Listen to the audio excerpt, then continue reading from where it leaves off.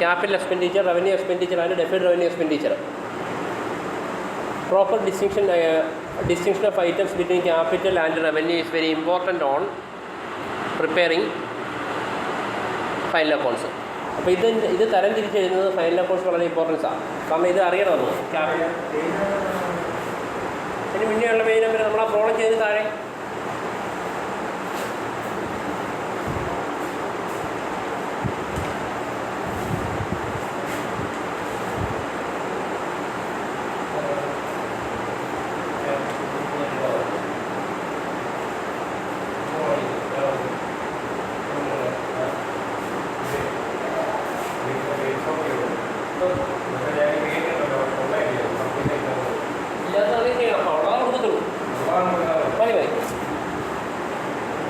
capital expenditure, revenue expenditure, deferred revenue expenditure എന്ന് തരംതിരിക്കേണ്ടത് അത്യാവശ്യമാണ്. Final account prepare ചെയ്തുകൊണ്ട് അറിഞ്ഞിരിക്കണമെന്നുള്ളതാണ്. If this distinction is not followed strictly, the result of bookkeeping will be incorrect. ഇത് കറക്റ്റായിട്ട് നമ്മൾ ചെയ്തില്ല എന്നുണ്ടെങ്കിൽ അക്കൗണ്ട് ടാലി ആവും, പക്ഷേ നമുക്ക് കിട്ടുന്ന റിസൾട്ട് ഇൻകറക്റ്റ് ആയിരിക്കും, തെറ്റായ റിസൾട്ട് ആയിരിക്കും കിട്ടുന്നതാണ് പറയുന്നത്. ക്യാപിറ്റൽ എക്സ്പെൻഡിച്ചർ കൊണ്ടുവന്ന് നമ്മൾ പി ആൻ അക്കൗണ്ട് എടുത്തു കഴിഞ്ഞാൽ, അതായത് ഫർണിച്ചറൊക്കെ വാങ്ങുന്ന ക്യാപിറ്റൽ എക്സ്പെൻഡിച്ചറാണ്. ആ ഫർണിച്ചർ നമ്മൾ കൊണ്ടുവന്ന് പി ആൻ അക്കൗണ്ട് എടുത്താൽ ആൻസർ കിട്ടും, ടാലി ആവുകയും ചെയ്യും ബാലൻസ് ഷീറ്റ്. പക്ഷേ ആൻസർ അവിടെ ചെയ്തേക്കുന്നത് തെറ്റാണ്. Capital expenditure goes to balance ഷീറ്റാണ്, revenue expenditure comes to P and അക്കൗണ്ടാണ്. അപ്പോൾ അത് നമ്മൾ തരംതിരിച്ചറിയണം എന്നുള്ളതാണ് പറയുന്നത്. All revenue items must be brought under trading and profit loss account. ഉണ്ടാവും എല്ലാ റവന്യൂ ഐറ്റവും നമ്മൾ എവിടെ കൊണ്ടുവരണം? ട്രേഡിംഗ് ആൻഡ് പ്രോഫിറ്റ് ലോസ് അക്കൗണ്ടിൽ കൊണ്ടുവരണം. And all capital item must be include in balance sheet. എല്ലാ ക്യാപിറ്റൽ എക്സ്പെൻഡിച്ചറും എവിടെ ഉൾപ്പെടുത്തണം? ബാലൻസ് ഷീറ്റിൽ ഉൾപ്പെടുത്തണം. അതാണ് അവിടെ പറയുന്നത്. അപ്പോൾ എന്താണ് ഇനി capital expenditure? Any amount spent on acquisition of an asset or for increasing the value of an asset or for increasing the earning capacity of business is called a capital expenditure. അപ്പോൾ എന്തെങ്കിലും amount നമ്മൾ spend ചെയ്യുന്നു acquisition of an asset, asset വാങ്ങുന്നതിനോ, ഇൻക്രീസിൻ്റെ value of an asset, അസറ്റിൻ്റെ വില വർദ്ധിപ്പിക്കുന്നതിന് വേണ്ടിയോ, ഓർ ദ ഇൻക്രീസിൻ്റെ ഏണിംഗ് കപ്പാസിറ്റി ഓഫ് ബിസിനസ്, ബിസിനസ്സിൻ്റെ വരവ് വർദ്ധിപ്പിക്കുന്നതിന് വേണ്ടി നമ്മൾ ചിലവാക്കുന്ന തുകകളെ നമുക്ക് എന്ത് വിളിക്കാം? ക്യാപിറ്റൽ എക്സ്പെൻഡിച്ചർ എന്ന് വിളിക്കാം. മനസ്സിലായി? അസറ്റ് വാങ്ങുന്നത് സിമ്പിളായിട്ട് ഇങ്ങനെ ഓർത്തിരിക്കുക. അസറ്റ് വാങ്ങുന്ന എക്സ്പെൻഡിച്ചർ എല്ലാം ക്യാപിറ്റൽ എക്സ്പെൻഡിച്ചറാണ്. അപ്പോൾ അസറ്റ് വാങ്ങിക്കുന്നത് അസറ്റിൻ്റെ വില വർദ്ധിപ്പിക്കുന്നതിന് വേണ്ടി നമ്മൾ എടുക്കുന്ന നടപടികൾ, അല്ലെങ്കിൽ അസറ്റിൻ്റെ വില വർദ്ധിപ്പിക്കാൻ വേണ്ടി നമ്മൾ ചിലവാക്കുന്ന തുകകൾ, നമ്മുടെ ബിസിനസ്സിന് ഏണിംഗ് കപ്പാസിറ്റി വരവ് വർദ്ധിപ്പിക്കാൻ വേണ്ടി നമ്മൾ ചിലവാക്കുന്ന തുകകൾ, ഇതെല്ലാം നമുക്ക് എന്താണ്? ക്യാപിറ്റൽ എക്സ്പെൻഡിച്ചറാണ്. കോസ്റ്റ് ഓഫ് ലാൻഡ്, ഇപ്പോൾ ലാൻഡ് വാങ്ങിച്ചു, ഫർണിച്ചർ വാങ്ങിച്ചു, നമ്മുടെ അസറ്റ് വാങ്ങിച്ചതല്ലേ. ബിൽഡിങ്, മിഷനറി, ഫർണിച്ചർ, ഇതെല്ലാം ക്യാപിറ്റൽ എക്സ്പെൻഡിച്ചറാണ്. It is usually yield benefit for a long period and shown the അസറ്റുകളുടെ ബാലൻസ് ഷീറ്റ്. ഇതൊരു ബിസിനസ്സിൽ ലോങ് ബെനിഫിറ്റാണ് ബിസിനസ് തന്നെ. അപ്പോൾ ഇത് എവിടെയാണ് അത് കാണിക്കുന്നത്? ബാലൻസ് ഷീറ്റിലാണ് റെക്കോർഡ് ചെയ്യുന്നത്. ക്ലിയർ അല്ലേ? അടുത്ത നമ്മൾ റവന്യൂ എക്സ്പെൻഡിച്ചറാണ്.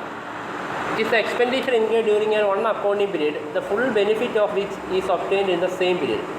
റവന്യൂ എക്സ്പെൻഡിച്ചർ എന്ന് പറഞ്ഞാൽ ആ വർഷം നമ്മൾ ചിലവാക്കിയ തുകയ്ക്ക് തുല്യമായ വരുമാനം ആ വർഷം നമുക്ക് കിട്ടുകയാണ്. മനസ്സിലായോ? ഈ വർഷം നമ്മൾ ചിലവാക്കിയ തുക, അതിനുള്ള വരുമാനം ആ വർഷം തന്നെ കിട്ടുവാണെങ്കിൽ അങ്ങനെയുള്ള എക്സ്പെൻഡിച്ചർ നമ്മൾ വിളിക്കുന്ന പേരാണ് റവന്യൂ എക്സ്പെൻഡിച്ചർ. മനസ്സിലായി? ഇപ്പോൾ നമ്മൾ 10,000 രൂപ സാലറി കൊടുത്തു, അപ്പോൾ അതിൻ്റേതായ സാലറി ആ ആളിന് കൊടുക്കുന്ന വഴി നമുക്ക് എന്ത് ചെയ്യും? അതിൻ്റെ ബെനിഫിറ്റ് ആ വർഷം തന്നെ കിട്ടും. 10,000 രൂപയ്ക്ക് സാലറി കൊടുത്താൽ നമുക്ക് എന്ത് ചെയ്യും? 5 ലക്ഷം രൂപ ബിസിനസ് നടക്കുമ്പോഴായിരിക്കും നമ്മൾ 10,000 രൂപ സാലറി കൊടുക്കുന്നത്. അപ്പോൾ അത് റവന്യൂ എക്സ്പെൻഡിച്ചറാണെന്ന് പറയുന്നത്. അപ്പം അതാത് വർഷം ചിലവാക്കുകയും അതിൻ്റെ ബെനിഫിറ്റ് ആ വർഷം തന്നെ കിട്ടുകയും ചെയ്തത് റവന്യൂ എക്സ്പെൻഡിച്ചറാണ്. എക്സാമ്പിൾ കണ്ടോ? റവന്യൂ എക്സ്പെൻഡിച്ചർ റെൻറ്റ് പെയ്ഡ്, വാടക അടയ്ക്കുന്നു, സാലറി പെയ്ഡ്, അഡ്വർടൈസ്മെൻറ്റ് പെയ്ഡ്, ഇതെല്ലാം എന്താണ്? റവന്യൂ എക്സ്പെൻഡിച്ചറാണ്. These expense are shown in the trading and profit and loss account. ഈ എക്സ്പെൻസ് നമ്മൾ എവിടെയാണ് റെക്കോർഡ് ചെയ്യുന്നത്? Trading and profit and loss അക്കൗണ്ടാണ് റെക്കോർഡ് ചെയ്യുന്നത്. ക്യാപിറ്റൽ എക്സ്പെൻഡിച്ചർ എവിടെയാണ്? ബാലൻസ് ഷീറ്റില്ല. Revenue expenditure trading and profit loss account. അടുത്ത ഡെഫേർഡ് റവന്യൂ എക്സ്പെൻഡിച്ചറാണ്. It is an expenditure of revenue nature.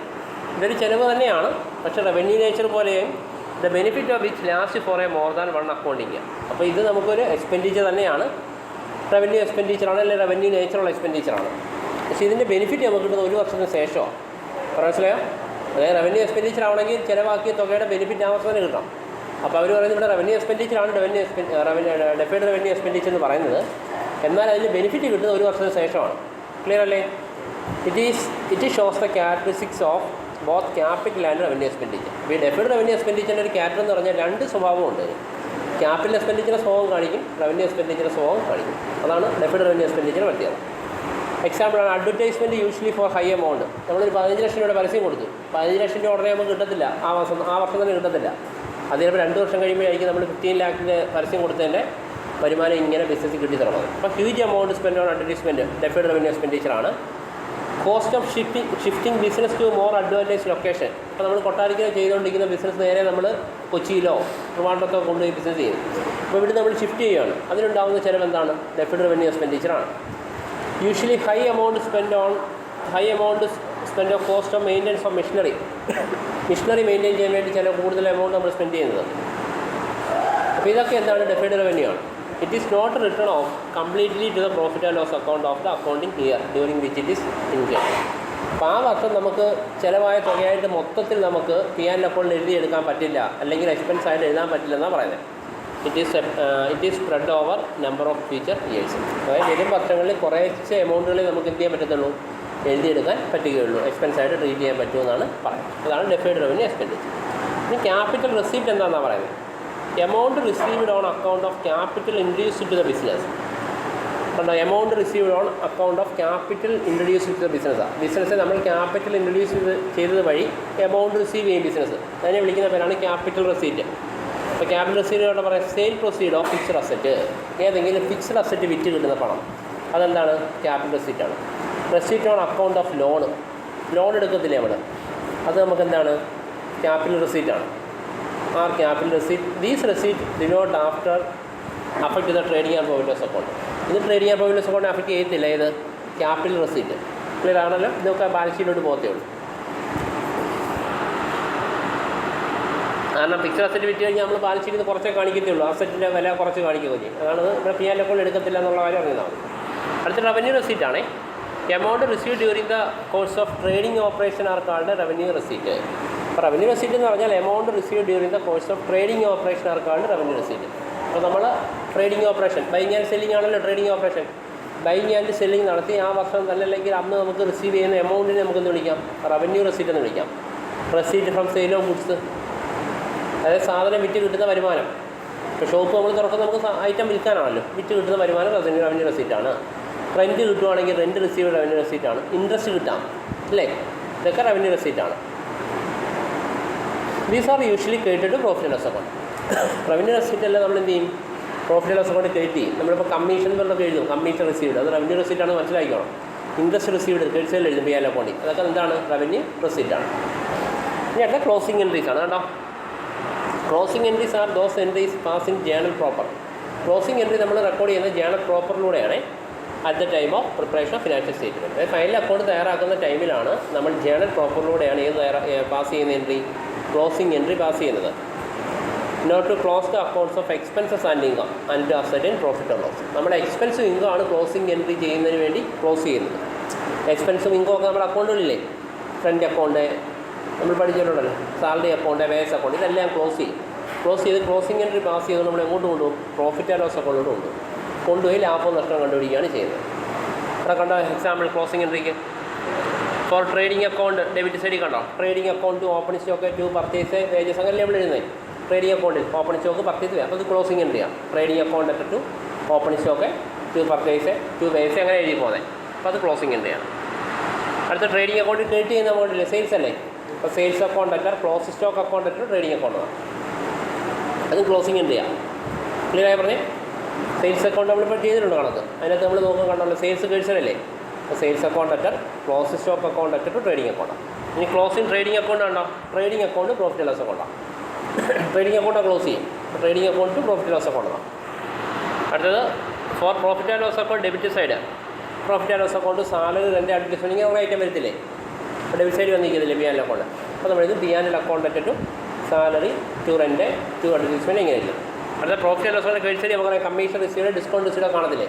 അപ്പോൾ കമ്മീഷൻ റിസീവ്ഡ് അക്കൗണ്ട് അറ്റർ, ഡിസ്കൗണ്ട് റിസീവ്ഡ് അക്കൗണ്ട് അറ്റർ profit loss account. ഇനി നെറ്റ് പ്രോഫിറ്റ് ട്രാൻസ്ഫർ ചെയ്യുകയാണ്. എങ്ങോട്ടാണ് നെറ്റ് പ്രോഫിറ്റ് ട്രാൻസ്ഫർ ചെയ്യുന്നത്? ക്യാപിറ്റലിലോട്ടാണ്. അപ്പോൾ net profit account capital credit മനസ്സല്ലേ? അപ്പോൾ ക്യാപിറ്റലിൽ കൂടാൻ വേണ്ടി ക്യാപിറ്റൽ നമ്മൾ ക്രെഡിറ്റ് ചെയ്യും. കണ്ടോ? Net profit account capital. അപ്പോൾ നെറ്റ് ലോസ് ആണെങ്കിലോ ക്യാപിറ്റലിനെ ഡെബിറ്റ് ചെയ്യും. ക്യാപിറ്റൽ അക്കൗണ്ട് നെറ്റ് ലോസ് എന്നായിരിക്കും വരുന്നത്. ക്ലിയർ പറഞ്ഞ ഇത്തരം കാര്യങ്ങളാണ് ഇവിടുത്തെ എൻട്രി. പിന്നെ ഇനി അഡ്ജസ്റ്റിംഗ് എൻട്രീസ് ആണ്.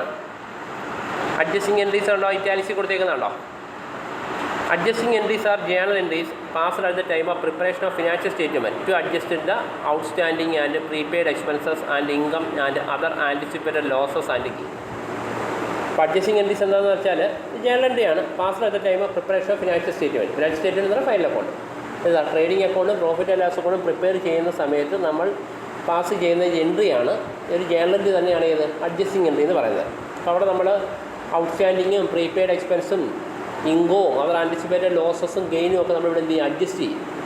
Okay, adjusting entries R passed in journal proper or on preparing final accounts. Adjusting entry നമ്മൾ ജേണൽ പ്രോപ്പറിലൂടെയാണ് ജേണലിട്ട് എന്ത് ചെയ്യുന്നത് അഡ്ജസ്റ്റ് ചെയ്യുന്നതാണ് പറയുന്നത്. അപ്പോൾ അഡ്ജസ്റ്റിംഗ് എൻട്രീസ് ഏതൊക്കെ വരുന്നുണ്ടോ? ഔട്ട്സ്റ്റാൻഡിങ് എക്സ്പെൻസ് വരും, പ്രീപെയ്ഡ് എക്സ്പെൻസസ് വരും, income earned but not received, income received in advance, depreciation, bad ഡെപ്റ്റ്, provision for bad ഡെപ്റ്റ് and bad ഡെപ്റ്റ് recovered, provision for discount on debtors and creditors, interest on capital and drawings, under and over valuation of stock, commission on profit, goods taken for personal use and office use, goods distributed as free sample, goods send on sale on return basis, goods destroyed by fire or accident, adjusted purchase, transfer to reserve. ഇത്രയും കാര്യങ്ങളാണ് നമുക്ക് adjusting എൻട്രിക്കായിട്ട് 16 adjustment പഠിക്കാം. Okay, അതിലെ first ഐറ്റമാണ് നമുക്ക് outstanding expense പറഞ്ഞേക്കുന്നത്. Outstanding expense refers to those expenses which have become due during the accounting period for which final accounts have been prepared but have not yet been paid. Outstanding expense എന്ന് പറഞ്ഞാൽ നമ്മൾ final account prepare ചെയ്യുന്ന സമയത്ത് നമുക്കുള്ള എക്സ്പെൻസുകൾ നമ്മൾ കൊടുക്കാനുണ്ടെന്നുള്ളതാണ് outstanding expense കൊണ്ട് മീൻ ചെയ്യുന്നത്. പറയുന്നത് വെച്ചാൽ ഒരു കമ്പനി അല്ലെങ്കിൽ ഒരു ട്രേഡർ അദ്ദേഹം ഒരു വർഷം ബിസിനസ് ചെയ്തതിൻ്റെ ഫൈനൽ അക്കൗണ്ട് തയ്യാറാക്കുന്ന ടൈമായപ്പോൾ എക്സ്പെൻസിൻ്റെ എമൗണ്ട് കൊടുത്തിട്ടില്ല. ആ എക്സ്പെൻസിനെ നമ്മൾ വിളിക്കുന്ന പേരാണ് outstanding expense. As these expenses have been incurred in the earning of income during the accounting period itself. എന്നാൽ ആ ചിലവിൻ്റെ ഔട്ട്സ്റ്റാൻഡിങ് എക്സ്പെൻസ് കൊടുക്കാനുണ്ട്, പക്ഷേ നമുക്ക് അതുവഴി എന്തുണ്ട് വരുമാനം ആവർത്തനം കിട്ടിയിട്ടുണ്ട്. These should be charge trading account കേട്ടോ. എക്സ്പെൻസ് കൊടുക്കാണ്ട് എക്സ്പെൻസ് കൂടുകയോ കുറയോ? കൊടുക്കാനുണ്ടെങ്കിൽ കൂടുകയോ കുറയോ? കുറയും. എക്സ്പെൻസ് കൊടുക്കാനുണ്ടെങ്കിൽ കൂടും. അപ്പോൾ എക്സ്പെൻസിന് ഏത് ബാലൻസാണ്? ഡെബിറ്റ് ബാലൻസാണ്. കൂടാൻ വേണ്ടി എന്ത് തന്നെ ചെയ്യണം? ഡെബിറ്റ് തന്നെ ചെയ്യണം. എക്സ്പെൻസ് ഡെബിറ്റ് ബാലൻസാണ്. അപ്പോൾ എക്സ്പെൻസ് കൂടാൻ വേണ്ടി വീണ്ടും ഡെബിറ്റ് ചെയ്യണം. അപ്പോൾ expense account to expense outstanding അല്ലെങ്കിൽ ഔട്ട്സ്റ്റാൻഡിങ് എന്നാണ് എൻട്രി.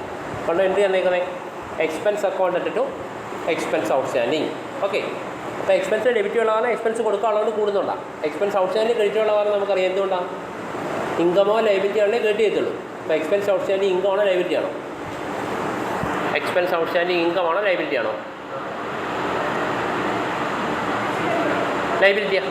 മനസ്സിലായി? നിങ്ങൾ എക്സ്പെൻസ് കൊടുക്കാനുള്ളത് ലൈബിലിറ്റി ആയിട്ട് മാറും. താഴെ കണ്ടോ, the expense account charge to trading and profit and loss account it is a nominal account. ആ എക്സ്പെൻസ് നമ്മൾ ചാർജ് ചെയ്യുന്ന trading and profit and loss അക്കൗണ്ടിനോടായിരിക്കും. നോമിനൽ അക്കൗണ്ടാണ് എക്സ്പെൻസ്. എന്നാൽ outstanding expense is a personal account. അത് note ചെയ്തോളാം. Outstanding expense account എന്താണ്? Personal അക്കൗണ്ടാണ്. ഓക്കെ, റെപ്രസെൻറ്റ് ചെയ്ത person to be whom the expense has to be paid. ഏതെങ്കിലും വ്യക്തിയെ റെപ്രസെൻറ്റ് ചെയ്ത് വരുന്നതായിരിക്കും ഈ ഔട്ട്സ്റ്റാൻഡിങ് എക്സ്പെൻസ്. അതുകൊണ്ട് അത് പേഴ്സണൽ അക്കൗണ്ട് ആണെന്നാണ് പറയുന്നത് ഔട്ട്സ്റ്റാൻഡിങ് എക്സ്പെൻസ്.